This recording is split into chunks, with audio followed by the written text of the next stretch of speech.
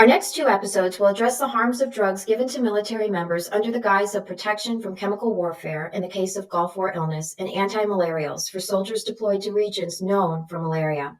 In both cases, these drugs were dispensed without informed consent and with a knowledge of the potential harms they might cause to military personnel, including long-term health effects.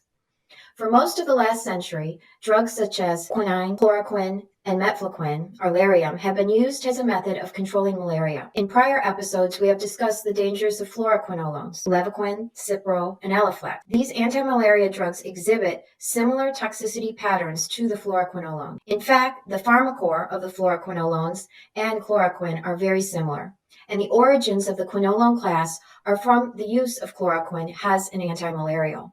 Today, we will focus on the anti-malarial drug Lariam, a drug known to have long-lasting and horrific adverse effects.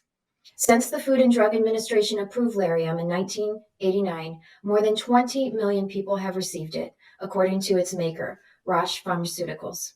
Numerous military members from around the world ordered to take Lariam, and I stress ordered, with no informed consent and no information regarding the risk associated with the drug, have experienced and continue to suffer from a host of toxic effects, including neuropsychiatric adverse effects such as psychosis, suicidal thoughts, insomnia, depression, hallucinations, and unusual behavior.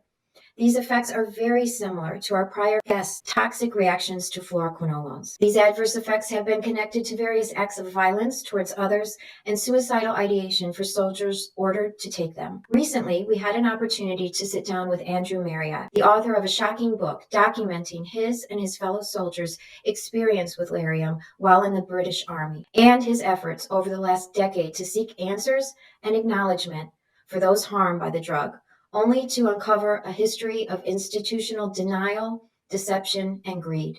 I encourage all of our listeners to read Andrew's book, If You Wake at Midnight. Before we start our interview today, I just want to share a little bit more about our guest, Andrew Marriott. Andrew was an infantry soldier in the British Army for over 30 years, with service in Northern Ireland, Bosnia, the former Soviet Republic of Georgia, the Middle East, and West Africa. He was awarded a commendation for devotion to duty as a platoon commander and was later made a member of the Order of the British Empire. While serving in Sierra Leone, he was required to take the anti-malaria drug Lariam, a drug now largely abandoned because of its disturbing and dangerous side effect profile. The drug caused him a range of injuries, the most chronic being a condition diagnosed as nightmare disorder. In 2015 and 2016, he made major contributions to the British parliamentary inquiry into the Ministry of Defence's use of Lariam. That inquiry caused the Ministry of Defense to be condemned for its failure in its duty to its personnel and veterans. It also called for Lariam to be regulated to a drug of last resort. Andrew has since gained a doctorate in archaeology, the only student to have been awarded the Departmental Prize at the University of York for dissertations at degree and master's level. His research has been published in several academic journals and the national media. He spends the rest of his time as an advocate for British veterans and their next of kin whose lives have been devastated by Lariam. In that cause, he has appeared on multiple broadcasts on the BBC TV and radio and other national news programs, while also contributing to articles carried by Britain's leading newspapers. His 2022 book, If You Wake at Midnight, The Lariam Wonder Drug Scandal, chronicles the development and marketing of Lariam against the background of people who courageously share how this psychotropic drug changed their lives forever. He is married with 2 adult daughters and lives in the north of England. Well, we have a wonderful podcast today. I am so excited to have our guest on today, Mr. Andrew Marriott. He's the author of a book, just an exceptional book, If You Wake at Midnight, and it discusses the drug Lariam that is, I believe in some cases, we'll let Mr. Marriott speak to this, still being used throughout the world to address malaria. We're just really happy to have him here with us today and to kind of unfold this discussion. Lots of points in this book come up and really hit Lee and I in regards to the toxic effect of this drug and some of the adverse effects our children went through with fluoroquinolones. So I want to say good morning to Andrew. Thank you for being with us this morning. And I think it would be best, I mean, this is just an incredible book, incredible advocacy, disturbing, just it really touched me watching my son, what he went through, and your discussion of the widows and the soldiers that were affected by this drug. So I just want to give you kind of an opportunity to give us an overview of the book and just what made you um, want to put this down, on pen and paper, and what made you really pursue this issue of Lariam.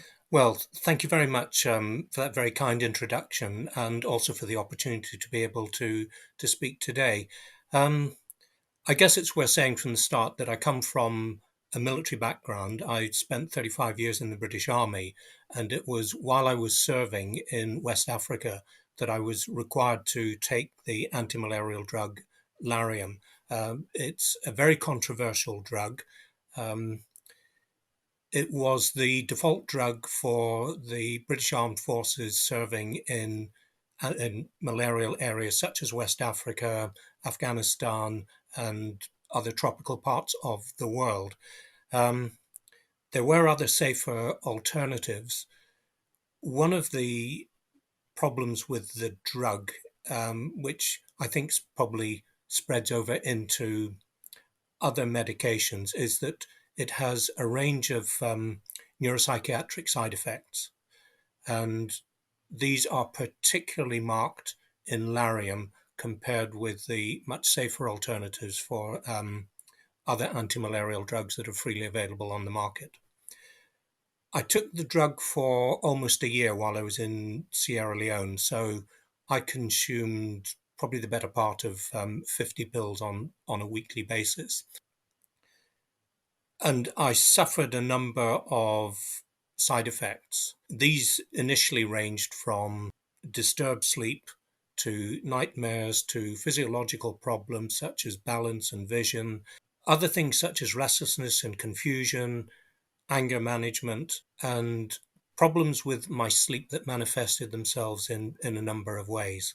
And I quickly realized that a lot of other members of the force that I was serving with in Sierra Leone were suffering similar side effects. In fact, a large number of the personnel were throwing away the pills rather than comply with the regulation that you had to take the antimalarials. That actually put me in slightly difficult moral position because I was leading a small team of officers and warrant officers from the UK, Canada, and the United States. And as the team leader, of course, I had a responsibility for their health. And you have to take issues like malaria very seriously in those parts of the world. And the strain of malaria there is a particularly nasty one. So the chain of command required that as you would take other protections, such as sleeping under a mosquito net, covering up bare skin during the day to avoid being bitten, wearing creams and using insect repellent. So we were required to comply with the weekly drug regimen. It was quite a surprise to me to see the range of side effects that were appearing among my peers and the soldiers that we were leading. We had been warned that there would be some side effects, but these would pass, they would not be permanent, and that the more serious of them would only manifest in about 1 in 25,000 personnel. So those odds seemed quite good. In fact, they were all far from the truth. What I discovered at the end of my tour was that there were safer alternatives available that did not cause these range of side effects. Um, and there was no need for us to have been using this drug. That had put me in the position whereby, as a leader, I was requiring my soldiers in the same way that I wanted to make sure that they were safe, that their vehicles were properly maintained, that they were drinking clean water, and so on, that they were complying with all of the health requirements. So as a commander, I would be checking to make sure that they had taken their anti-malarial medication. What I didn't realize was that I was complicit, if you like, in a much wider scheme of enforcing one drug when there are safer alternatives. One of the things that probably ultimately motivated me to write the book was that senior medical officers that I approached early on during my tour in Sierra Leone told me that the drug was safe, and they told me that there was no alternative for the strain of malaria that we were faced with. That was manifestly untrue. We didn't have the opportunity back then in the early 2000s to easily go on to Google and check all of these things. So I rather took the word of senior medical officers that this was the most appropriate drug for the theatre of operations. And I was told that there had been a risk assessment conducted by the Surgeon General of the British Armed Forces. So, that is the top of the tree in the medical profession inside the Army, the Air Force, and the Navy, and that he had determined that that was the drug that we should take. There's another difficulty that arises with this, because when you determine that you're only going to use one drug, you're denying all of those who, in the first place, might be contraindicated to that drug and therefore it shouldn't be suitable for them in the first place. But if they're also presenting with difficult side effects, you ought to be giving them an alternative antimalarial prophylaxis. Well, that didn't happen. The regime was forced. So there was a moral issue and there was a serious medical issue. And when I returned home, I knew that there was something wrong with me. I had had a number of individual events during that year.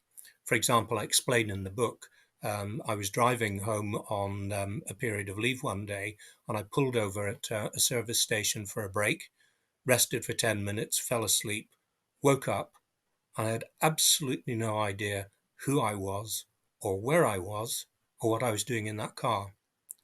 Now, it passed quite quickly, but again, as I say in the book, if it was only 60 seconds, that's a long time. Just count slowly to 10. And even that sort of period when you've got no idea who you are, you have effectively a memory wipe. But thankfully, in my case, my memory came back quite quickly. There have been other instances, particularly amongst American citizens, where this has been a long-term legacy for people. And again, I refer to other cases in the book. And then, shortly after I returned from Sierra Leone, again, as I explain in the book, I had probably just finished my last pill, because you have to take the antimalarials for a number of weeks after you leave the theatre. I was on another duty in Kyrgyzstan. I just booked into a hotel. I had a room on one of the upper stories, and I stepped out onto the veranda, and I had this, well, it wasn't overwhelming because I'm still here, but this almost overwhelming desire to throw myself off the balcony, with coherent thoughts going through my brain as to, why not do it? It won't hurt when you hit the bottom. It'll be over in a flash. And I stepped back, closed the veranda windows, then, if you like, came back to my senses. And because I was a serving, relatively senior officer in the army, I suppressed all public memory, if you like, of that event, because to have admitted that sort of behavior would have lost me my job effectively. And over the coming years, I began to see the scale of the problem. I thought that it would be addressed by the senior echelons in the British Armed Forces, both on the medical side and on the command side, because quite clearly what I had discovered was that this was a drug that was dangerous, quite clearly incompatible with military use, even at the lower spectrum of the side effects. We don't want soldiers going into combat who are confused, who are restless, who have problems with anger management, problems with their vision, balance, and so on. Never mind the ultimate of the side effects, which lead into acts of violence or self-harm and ultimately suicide. I had rather naively, I suppose, with hindsight, supposed that the Ministry of Defence, when this matter was brought to their attention, would say, "We need to speak to you. Come and tell us there's a problem."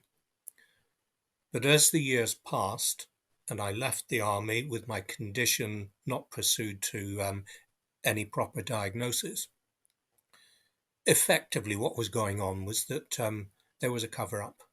And of course, the cover-up may have been because of malpractice, or it may have been because of incompetence. Who knows? But it's not the state of affairs that you need inside a professional army, air force, or navy.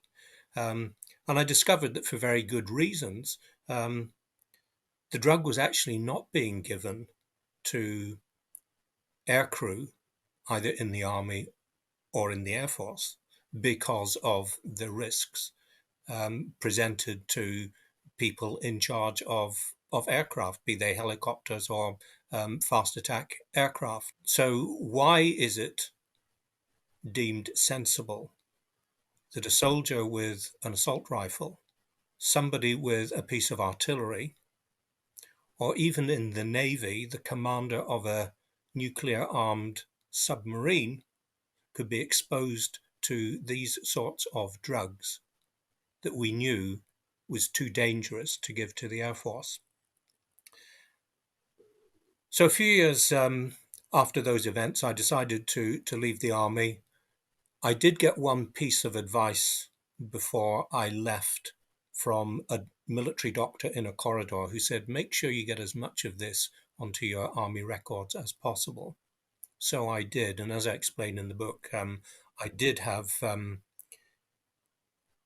range of visits to medical specialists who were thankfully, on the one hand, able to determine that I was not suffering from depression or any form of mental illness. But eventually, when all of the pieces came together from the various consultants, most of them being civilian, was that I was suffering from the long-term side effects of Lariam. And in my instance, probably the most enduring aspect is that since I took my first Lariam pill in 2002, I have not had an undisturbed night of sleep. And that's quite tricky. On the one hand, I suppose if you wanted to be flippant about it, I'm a sort of a Jekyll and Hyde, or perhaps even a vampire sort of character, in as much as I hope I appear normal and sane during the day, but I go to bed at night knowing that what unfolds during the night is going to be unpleasant. I've eventually come to terms with it, but hence the title for the book, If You Wake at Midnight. I usually don't try to go to sleep before midnight because it's not worth it. I will wake hour after hour. But the other bit about the title, If You Wake at Midnight, you're probably familiar with the term, them that ask no questions isn't told a lie. And it's from an old Rudyard Kipling poem. And that's what's at the heart of this, them that asks no questions. Don't ask questions about Lariam, because we don't want to find out the answers. And as I retired, and then I took up another career as an archaeologist, I started to encounter more people, both civilians and veterans and their families, who had been as badly affected by this, or as you will see in the book, even more so.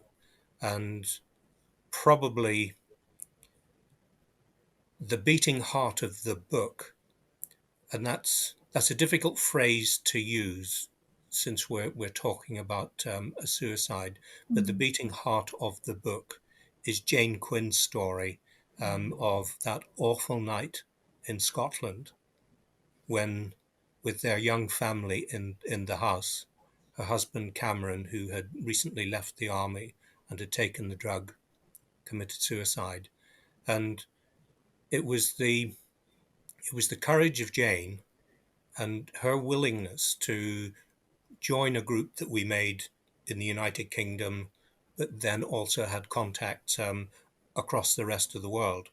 Um, it was her story and the others, and a remarkable series of very brave women whose stories are exposed in the book, um, and others like a retired warrant officer, David Rimington, who tells his own story of a suicide. I give the chapter the title Anatomy of a Suicide. Um, their courage, but also the way in which they had been abandoned by the institutions that should have looked after them. And that's what caused me eventually to write the book. Because although we'd managed to get Parliament interested, and our Defence Select Committee, which is a little bit like a congressional inquiry in the United States, the Defence Committee, which is independent of government and party politics, decided that they would have an investigation into this.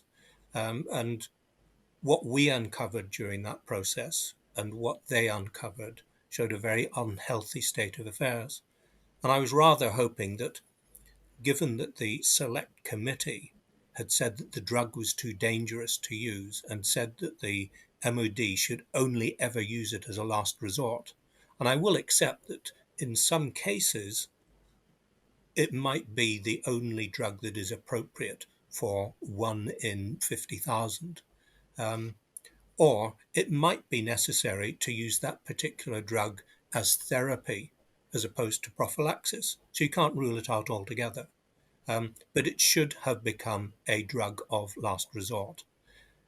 What we also found during that process were a series of, well, I will use the word deceits that were put up by ministers and others involved in this story in order to close it down. And having hoped that perhaps the outcome would have been a proper public inquiry, perhaps with evidence given on oath by all of those concerned, that should have been the next step. But it was perfectly clear that the government, the Ministry of Defence, the Department of Health, and our drug regulators wanted to close this down. We don't want any further investigation. I think one of their incentives in trying to close this down was in order to suppress the story. Um, Over here, if you want to take action against an institution or an individual for medical negligence, there is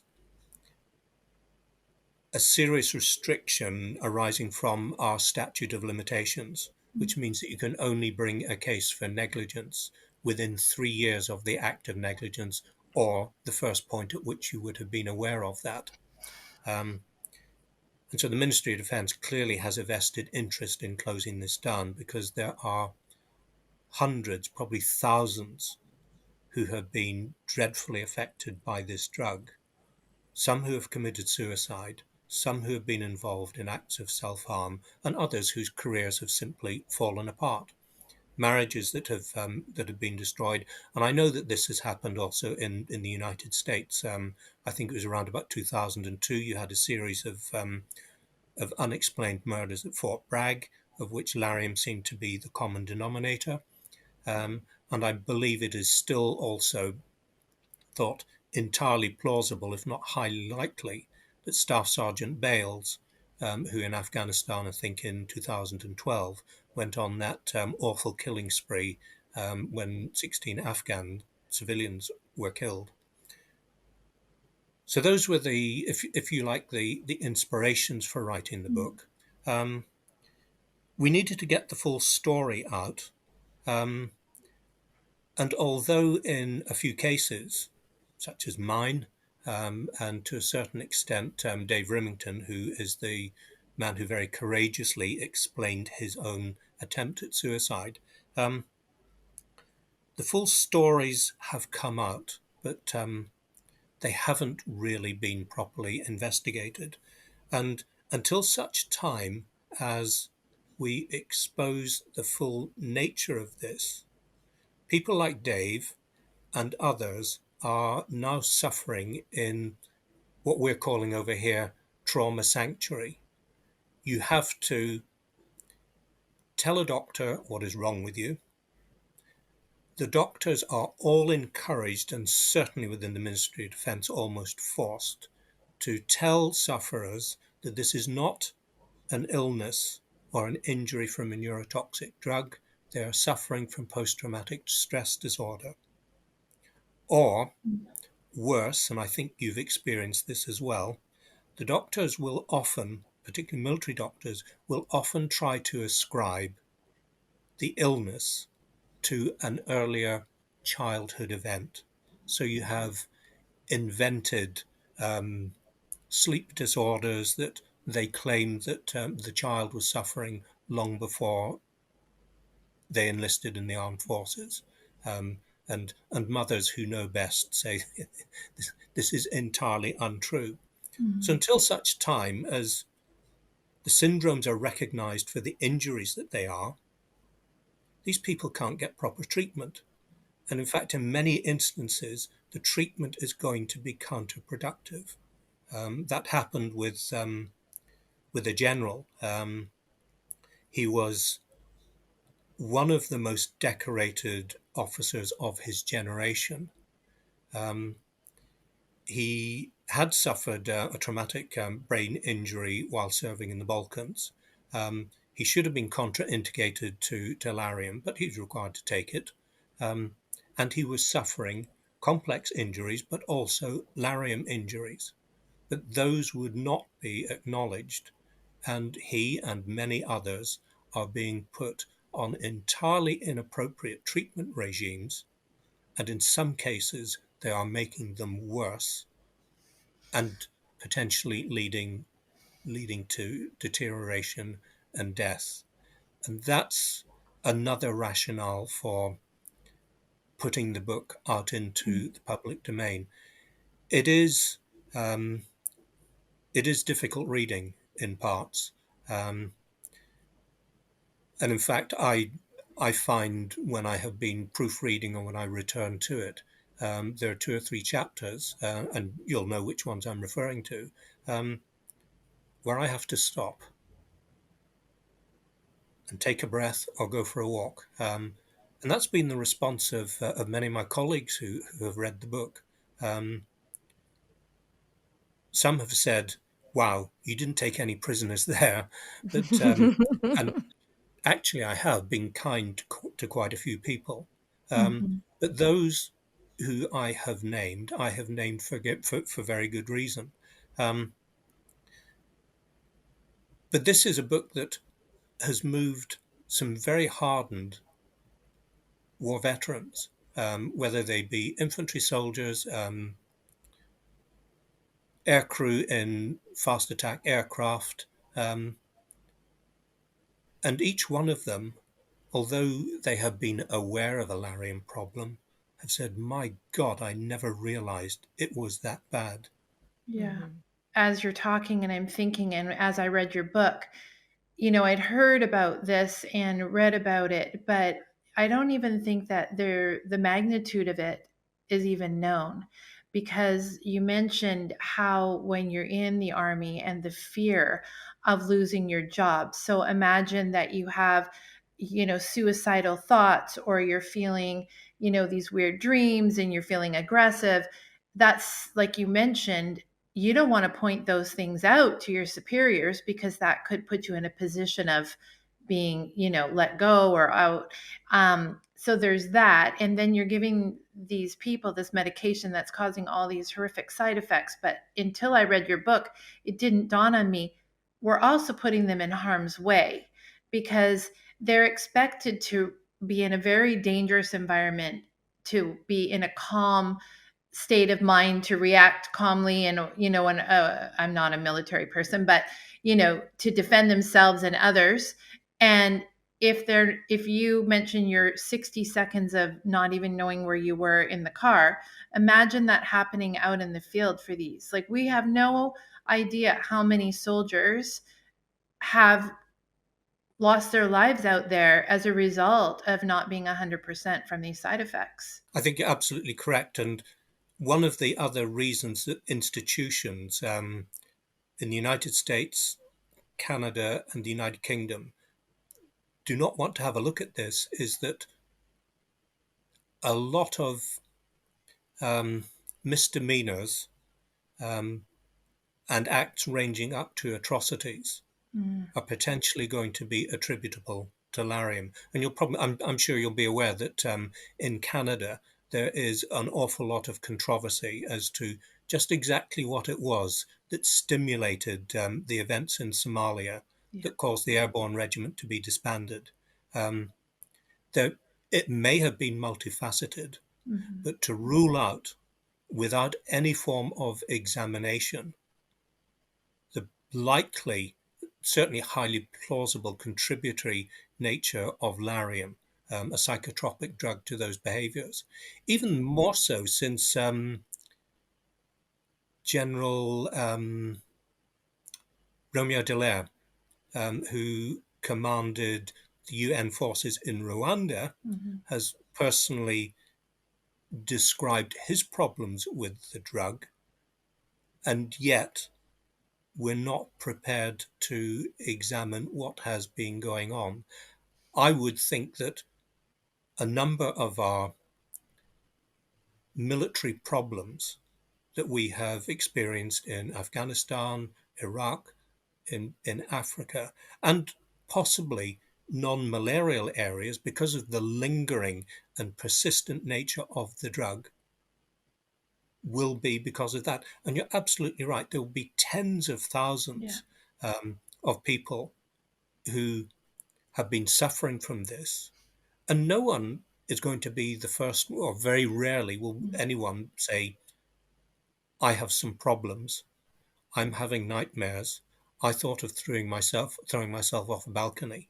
I know exactly what the response would have been had I gone to my bosses and said, those are the sorts of thoughts that are going through my mind. So that was why I went through a medical system that was as close as possible to the civilian one. So all of the various consultants that I saw were giving me coherent, thoughtful, considered opinions, as opposed to those that were colored either by the service's medical personnel or the chain of command. And from your book, I could see that there was.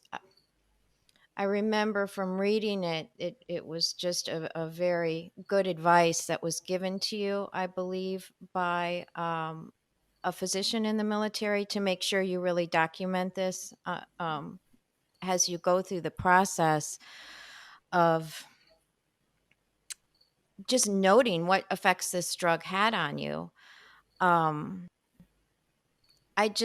I was reading it, though, I just couldn't help this kind of playbook that's used by institutions and industry that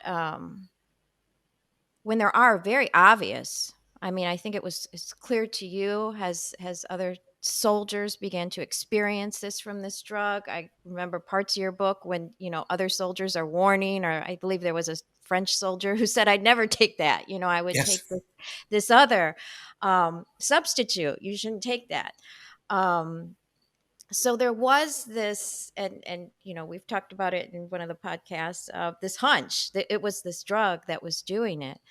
But just this idea that, aside from all the other hurdles in making the connection that you're having an effect from the drug and then sharing this, especially when there's thoughts of suicide or thoughts of violence, this just real demonization of the victim, that it's an underlying illness, going back in their medical history. It just becomes a real deterrent to having cohesion among those who were harmed, because it's very difficult. It takes a very strong person. I just commend everyone you've wrote about, especially Jane, that you mentioned in your book, to pursue this and push forward. And it seemed to me clear, and there's so much to unpack here, but this whole issue, that seems to be one of the adverse effects of like the memory wipe, with this drug. And in some cases, in reading the book, I know yours was brief, but there appeared to be other victims that their memories did not come back, that they lost parts of their lives due to this. I was just fascinated because it appeared very clear to me the way that various institutions, from your discussion about Guantanamo Bay, studies that were done in the military, studies that were done in prisons, by what appears to be government. What this is just your opinion, but do you think that was the interest in this drug and giving it to military or prisoners or whatever? What do you think it was, that memory issue that they were looking at? Or, I mean, what was the fascination of this drug, with these groups? Yeah, that's a question that is unresolved. You very rightly point out the rather idiosyncratic nature in which this drug was developed in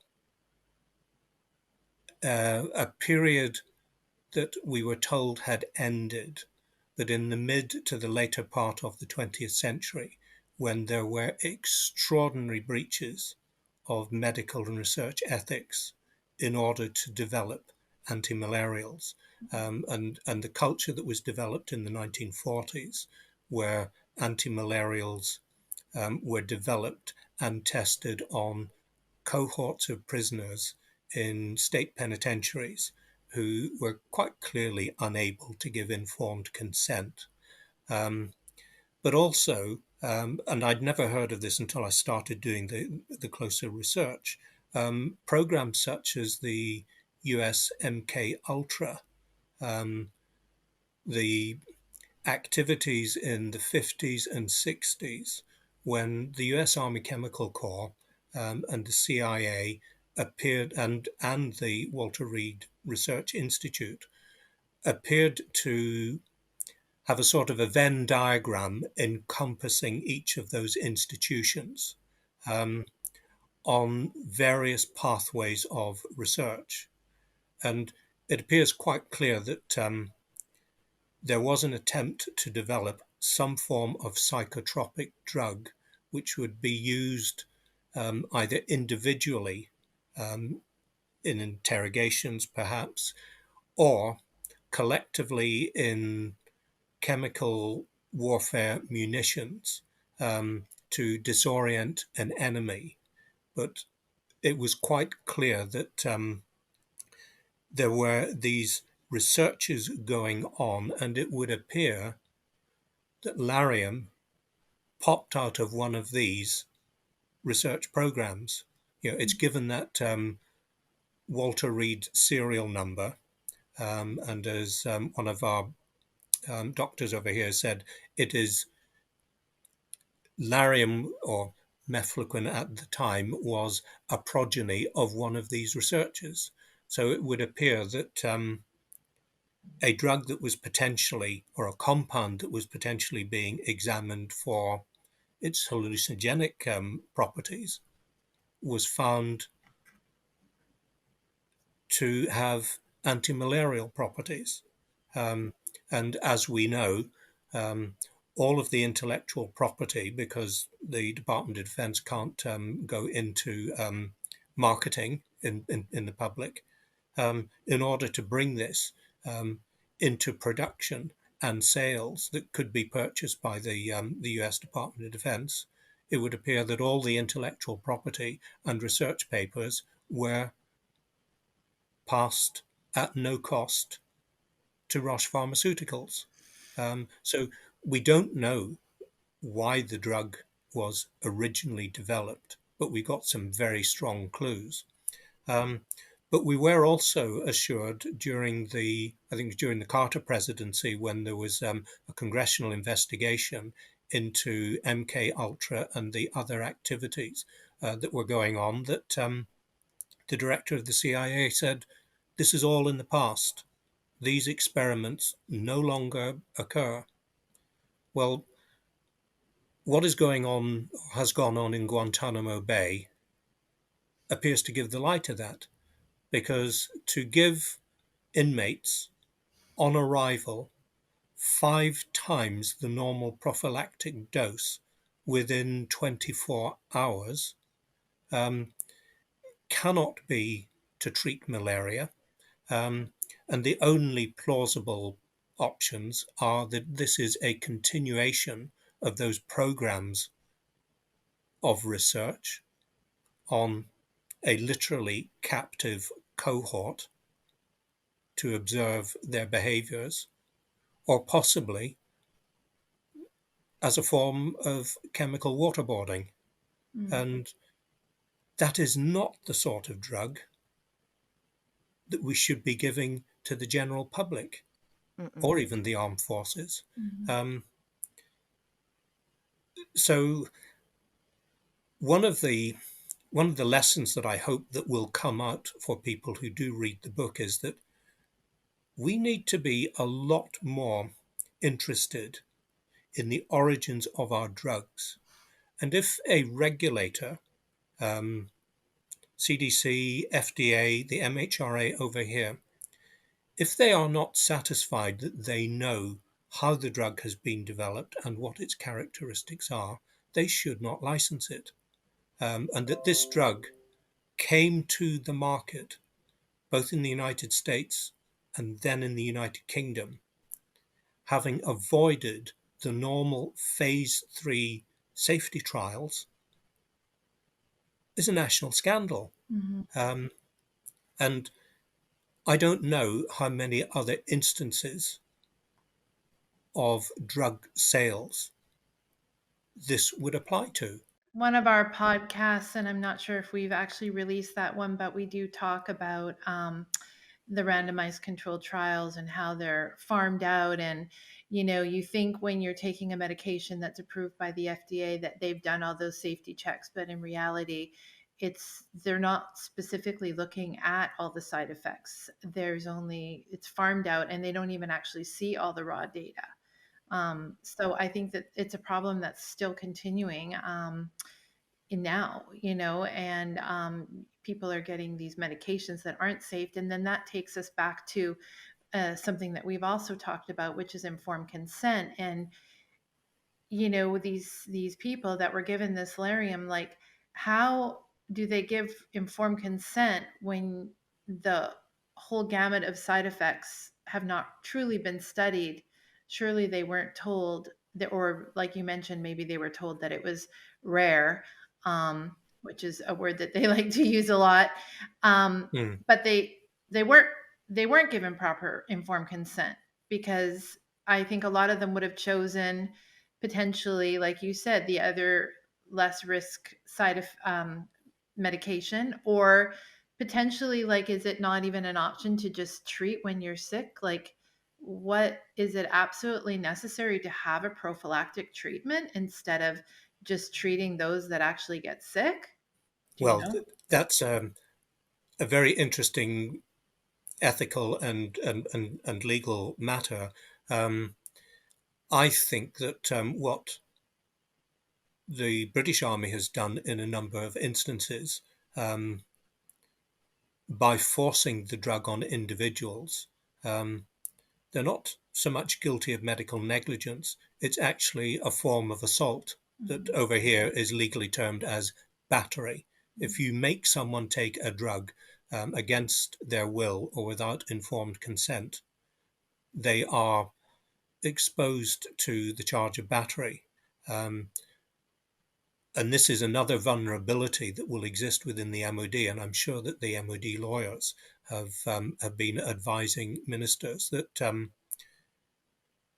where it can be shown that soldiers have forcibly been given this drug or denied an alternative, there is a legal exposure that goes beyond simple medical negligence. And there should be a right to say, I do not want to take this drug. And de facto, that was what was happening because so many, as we found out now, were sensibly throwing away their pills rather than taking them.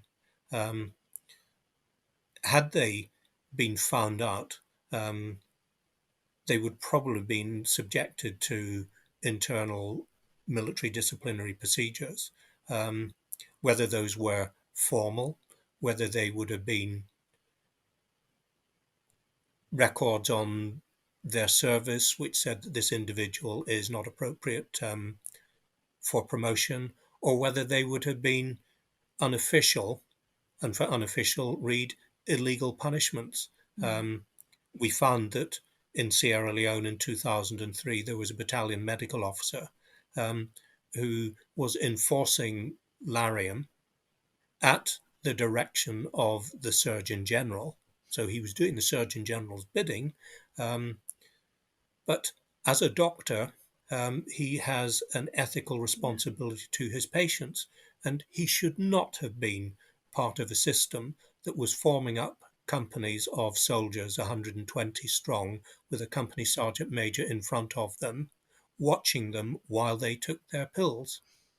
And then, if anyone refused to take it, having what he called a name and shame board, where people were publicly exposed as allegedly putting unit cohesion at risk when they're looking after their own safety. Well, I would imagine too that there was some fear, if you're not told the real risks of the malaria versus the risks of the medication, there's the potential that you're coerced into even believing that you need it because of the fear of what would happen. Not that if you get malaria, there's actually a treatment available. You just would be sick and you would take this treatment right away. But the thing that happened, I think, to me with my daughter, and she didn't have the Lariam in this instance, it was a fluoroquinolone, but I was not informed of the side effects and what to watch for. Had I been informed of those side effects, I would have stopped it immediately, which is the proper response. So if they're not properly informed, if you have any nightmares, if you have any suicidal thoughts, like if they're not given all that information to stop, then they wouldn't even know when to stop to protect Yeah, but I themselves. think in this particular instance, and I think Andrew writes about that in his book. Well, first of all, you're not having informed consent in this context. I would argue, even in our cases, even when it's not a military order, just for the general person, being prescribed meds, there is a lot, not to the degree that you would have in the military, but there is a lot of ridicule if you have questions or want to know more about that drug. So much so that that type of, antagonism to any type of information becomes a real obstacle, because generally, you're having issues when you're seeing a doctor, and you're hoping that whatever they can provide you will assist you in either preventing those issues, or you don't think that the treatment is going to be the thing that really becomes the cause of your demise, and in many cases it, it is. So it's just amazing to me with this too, because and this really hit me in going through something similar with a family member, is that when you really look at the labeling, and Andrew, you talk about this in your book, I mean, if these indications, nightmares, anxiety, um, the host of potential adverse effects, if they're present, the drug should be stopped. Hmm. And it appears to me that these soldiers, that was never even discussed. And they continued to receive that drug. It sounds like for weeks and months and however long it was necessary to keep taking Lariam. Um, and you talk about that a lot in your book, because I believe in the manufacturer's labeling that was there initially, that if these indications occur, to stop its use, but they were never followed, and it didn't appear that any of the powers that be or the physicians followed that protocol. Yeah. um, You're touching on a really interesting thread regarding the responsibilities of the manufacturers. mm, What I discovered um, was that companies like Roche produce different warning labels and different patient information leaflets. It appears dependent on the legal jurisdiction within which they're selling the drug. So the warnings in the United States were different to those offered to the United Kingdom. Um, and a key aspect of the side effects of Lariam is that many of these side effects are what we call prodromal. A prodrome, as you probably know, is a warning of a much more serious event. mhm, And if you suffer from one of these prodromal side effects, you have to stop taking the drug immediately, mhm, because it could be the only warning that something much more serious may happen. mhm, Um, Now, in the UK, Roche withdrew that prodromal warning. Um, and while I was taking the drug, prodromal had been removed from both the patient information leaflet and the summary of product characteristics that the doctors would have been referring to. And mhm, it was only reinstated in about 2013, after we started to bring this to attention in the British media. Um, so pharmaceutical companies appear to be able to produce warnings that are different, more related to their legal vulnerability in different jurisdictions mhm, around the world, rather than the patients that they should be protecting. So I mhm, had a team of um, Americans, British, and Canadians in West Africa. We were all taking the same drug, but apparently for the Canadians and the Americans, some of these symptoms were prodromal, but not for us. Of course, that's an unsustainable position. mhm, And years later, it was reinstated, um, probably partly because of what we were putting into the press and the television at that time. But mhm, also, I noticed that there had been an audit of Roche's PILs and SPCs at around that time, and they had found to be deficient in a number of cases. So I suspect there was probably a lot of hasty housekeeping going on mhm, at Roche Pharmaceuticals in order to bring these up to date. And mhm, with these big major companies, it is extraordinary that they are allowed to get away with it, um, and particularly in the case of Roche UK, because when Roche was applying for a change to its license, in order that the pill could be prescribed on a weekly basis as opposed to a fortnightly basis, they gave an assurance to our regulators that all of the drug warnings would be harmonized worldwide.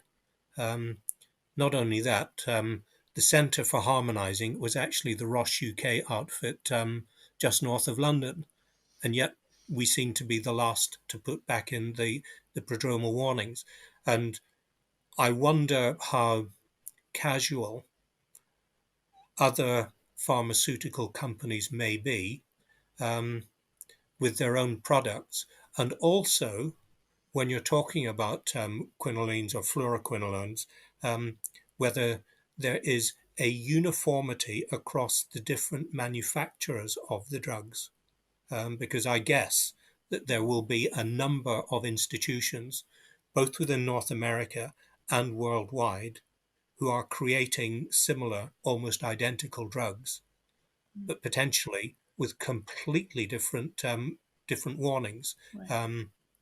and discretion left to the drug manufacturer as to whether there should be a boxed warning until the likes of us and you draw it to people's attention, usually after there has been an awful tragic event, Mm-hmm. and Yeah. then they bring their papers up to date.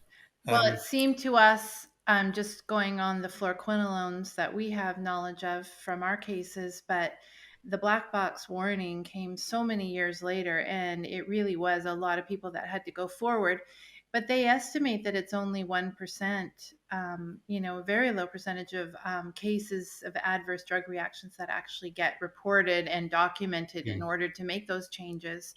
It seemed in the US, the labeling, from my understanding, and Heather would know more, if the drug company labels a side effect, then they can't be liable as long as they have it. So there, it seemed to me like every time something comes up new, they do add it, but it's just buried in a pile of stuff that the patient would never see and some doctors would never read. mm, The problem. Yeah, and I think in our cases, like when you look at the fluoroquinolones and the lawsuits and kind of, this has been going on for so long, the fact that it took till 2015, 16 to get some labeling that addresses the issue and the permanency of the issue of taking these drugs has, there's still a belief by or a misconception, even when you talk to physicians, that if you if you quit taking the drug, these um, adverse effects don't continue.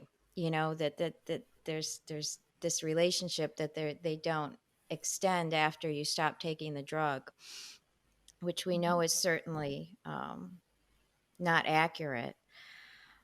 But I think in our situation with that, I just it's a hard one to unpack with these drugs because you just can't help but think that, I mean, a lot of these issues are, if you kind of follow the money. I hate to say it that way, but it's, when you really look at this, shortly after um, the hearings we had in the States for the fluoroquinolones, shortly after that, the drug our children took, Levaquin, the drug company quit making it. And then it goes generic. And of course, if it's a generic drug, you're really in trouble mm, because there's no cause of action then against the drug maker at that point. So there's all kinds of kind of ways that I think industry is able to navigate this. But the fact that it takes so very long, and that really brings it back to, in terms of the effects. I'm just really curious because I know that Andrew, you're in contact with a lot of soldiers, those who took this drug, and supporting them and just being an advocate for them. Um, and a lot of this, I'm reading your book, that really made sense too. It's labeled as PTSD, regardless of what the drugs our mm, children took and Lariam, how they have in common. It is very clear when you're dealing with neuropsychiatric, or what a layperson would call mental health issues. There's always this default that is some underlying illness. And I think that's why the kind of scapegoat for all this is PTSD. And how could anyone argue that a military person, especially someone in combat, didn't experience that type of stress. And I think legally, that's what really dilutes the situation and scares. I know in the States, it's is this an underlying illness? Is this from the drug? But what I'm really curious about is I know a lot of these are just attributed to post traumatic stress syndrome. Conveniently for that, the industry has a lot of other drugs to treat that condition. I'm just curious, in your experience in working with soldiers who have gone through this. I just know for my son, being given more drugs for treatment of this so-called underlying illness were really just hasten the pathway to his demise. Because once you've had a toxic reaction to a drug, the last thing you need is to pile on a bunch of additional psychotropic drugs or mood stabilizers or anti-anxiety drugs to treat. It's just not That's not what they need. I'm just curious if you could talk a little bit. I mean, how have these soldiers fared? I mean, how have they moved forward? Are they receiving that type of treatment, or you know No how do is, they move forward? yeah. Unfortunately, generally speaking, no is the answer, and that is the tragedy. Um, Whenever a veteran presents to his civilian doctor now, the civilian doctors, many of them will never have heard of Lariam, um, Mm. because they now largely no longer prescribe it. Um, but they are all encouraged. And when I say that the medical professionals are all encouraged to guide people down the PTSD route. It's simple. It's also, coming back to the phrase that you used a few minutes ago, it is also following the money, because that is where all of the research is. I don't wish to be dismissive of people who are doing good research into a psychiatric disorder that needs treatment, but it cannot be the be all and end all. It is very much in vogue at the moment. It is also what attracts practically all of the research funding Mm. in this field, and particularly research funding that comes from the Ministry of Defence. So if you are a researcher in psychiatry or mental illnesses or whatever in institutions such as King's College, um, you can submit a research proposal that will try to advance our understanding of PTSD, and you will attract funding from all sorts of sources.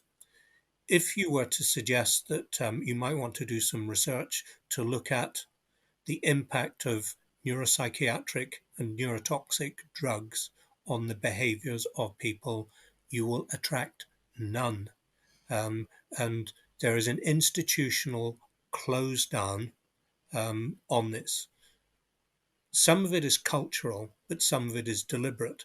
Mhm. So, for example, at the height of the problem that we were bringing into the public a few years ago, um, the then Secretary of State for Health in the British government, who had been at the top of the medical tree on the civilian side of this and in the governance side, um, left government one day, and the following day he took up an appointment with Roche Pharmaceuticals. Mm. Now, as long as we have this sort of merry-go-round between the pharmaceutical industry and politicians, and then those who are in the legislature and in the executive, we won't have proper ethical investigations. And very sadly, that then goes down into the area where a lot of veterans would seek help, which are our military charities. And you'll have your equivalents, veterans and so on. Mm. We have Royal British Legion here, Help for Heroes, all sorts of organizations that do sterling work, but you will not find a single entry on their websites related to Lariam or neurotoxicity. And they are encouraged, either financially or culturally, or because of the entrees that they will get, or the psychiatrists who are leading these debates, um, to simply go down the PTSD route.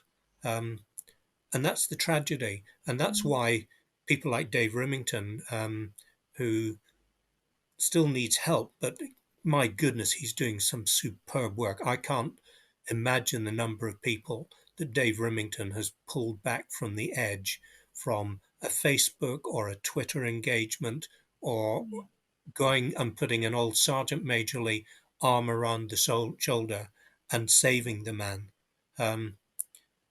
So there are going to be hundreds of people who are institutions, who have ended up in institutions such as prisons, who are sleeping rough or whatever, who don't have PTSD.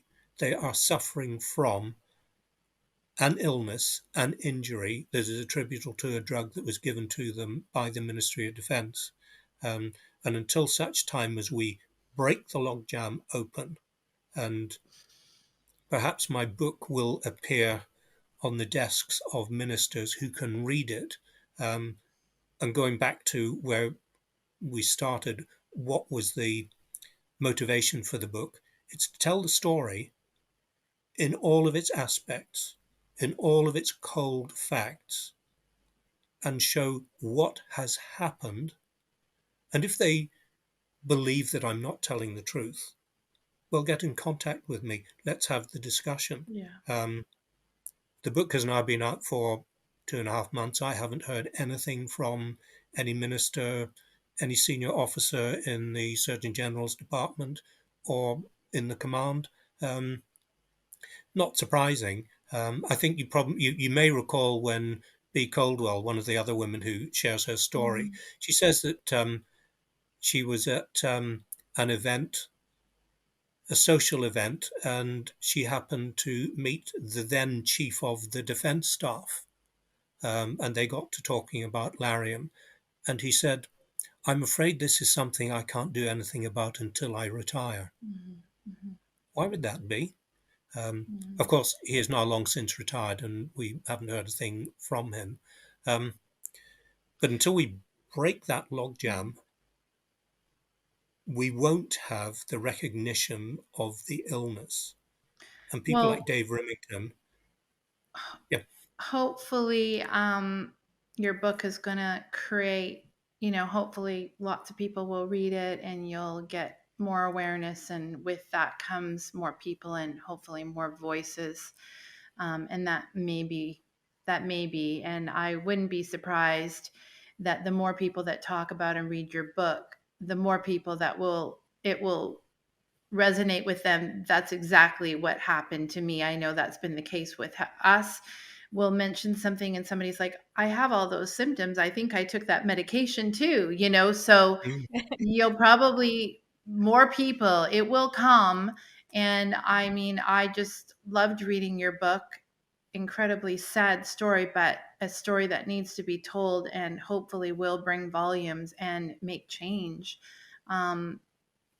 So yeah, it's just been wonderful to Well, talk to and you. also, Andrew, I mean, as an archaeologist, I'm sure you're aware of this, but you've left your mark.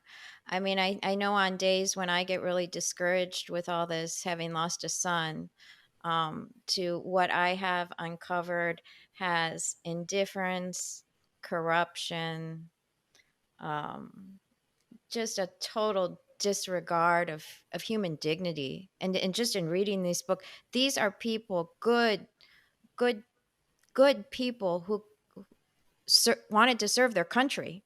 This is not the way they should have been treated. It's just it's it's unreal that this would not be addressed. But when you look at the close relationship between, industry and our governmental institutions, you mentioned just the recycling in the states. We have, the FDA is head of the FDA one year, and the next year they're head of a major drug company. Mm. What is that telling us about, the mission of those agencies, which is to protect us, and to ensure our safety. It's disheartening, but you writing this book, Lee and I trying to kind of speak out, trying, I know, you reference in your book, you tried to use the court system. Very difficult to find attorneys willing to put the work in, um, to bring these cases, and a very,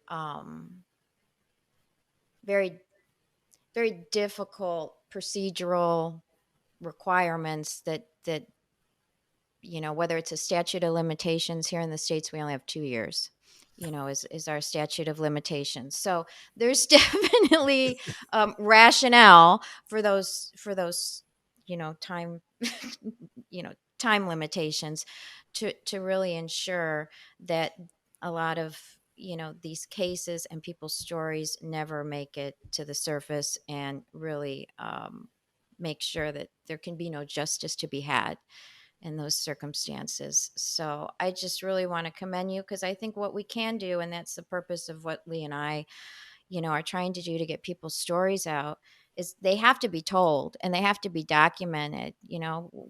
We'll do whatever we can. We were fortunate. And I think in my case, it was because it was my own son. In regards to bringing lawsuits, just you have to be relentless, because there is so much intimidation and so much personal attack on those who try to bring these cases. And I'm sure that you have felt that type of attack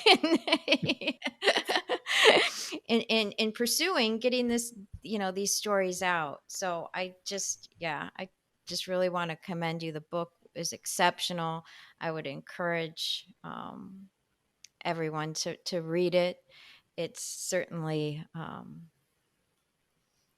disturbing, but it's a story that needs to be told, and it's still going on. I mean, correct me if I'm wrong, Andrew, but people are still receiving Lariam. Is that correct? They are. The Ministry of Defence gives it to a small number. They are required to present to Parliament a 6-monthly review. I think they're probably backsliding on that a bit. The numbers are right down, but it almost seems like a perverse intention just to ensure that a few people get it because they can. As a drug of last resort, it should hardly be on the radar at all. It's largely discontinued, and of course, Roche have abandoned it. But Mefloquine, the generic, the MOD, I think, still wants to show that they are giving it. Partly, as I say, because I think they can, and a sort of perverse desire just to continue doing it, to show that they had some sort of justification for issuing it in the first place. So, rather like a child's behavior. When it's admonished, the child will then just continue to push a little bit and just do a few more naughty things to validate their actions. We need something a little bit more grown up from our major institutions. I guess it's sort of finally is that I mentioned the motto of our military academy, which is serve to lead. That's where there have been so many failures. Our officers are meant during their service, having been trained at the academy at Sandhurst, to lead, and that's what our service is about. And as I left the army, I realized that I was still part of, if you like, the officer institution, and there would be veterans and their families out there saying, why don't they do something? Well, I'm still part of the they. I'm still part of the institution. Yeah. I still feel a responsibility. And that should not be abandoned. And I rather hope that a few consciences will be pricked by what I have said, and we never do this again, either with Lariam, with any of the drugs that you're dealing with, or God forbid, the next generation antimalarial tefenoquine, which is a compound equally as bad. Yeah. That was disheartening to read that in your book. I think it was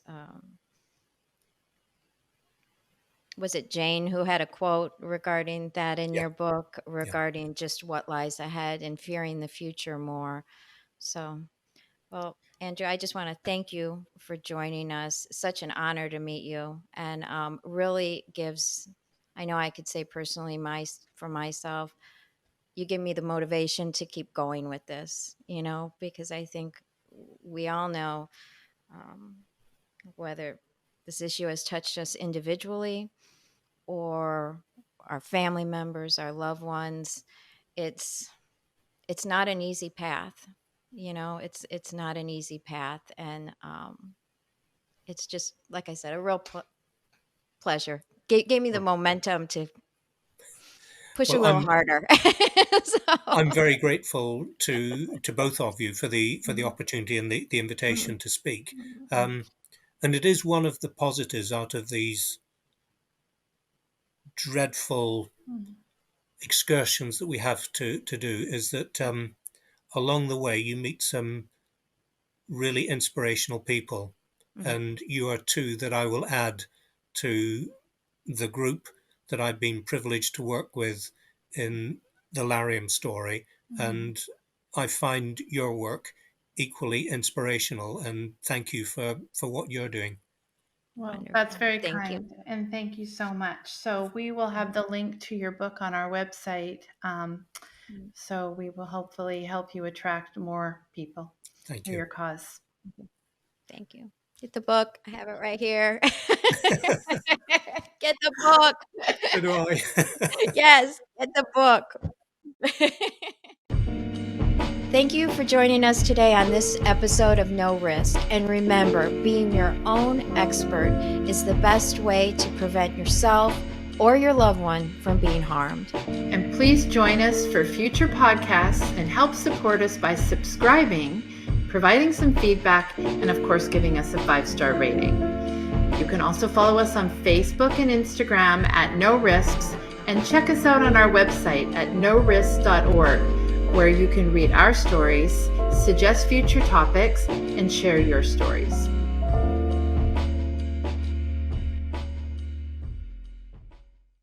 Is to educate people on the risk of any health treatments you put in or on your body. We feel if we'd been properly informed and been our own experts, our children would not have been harmed. In today's world, with medicines being incentivized for profits, you need to educate yourself. Know the risk of health treatments, and it can protect yourself and your loved ones from being harmed.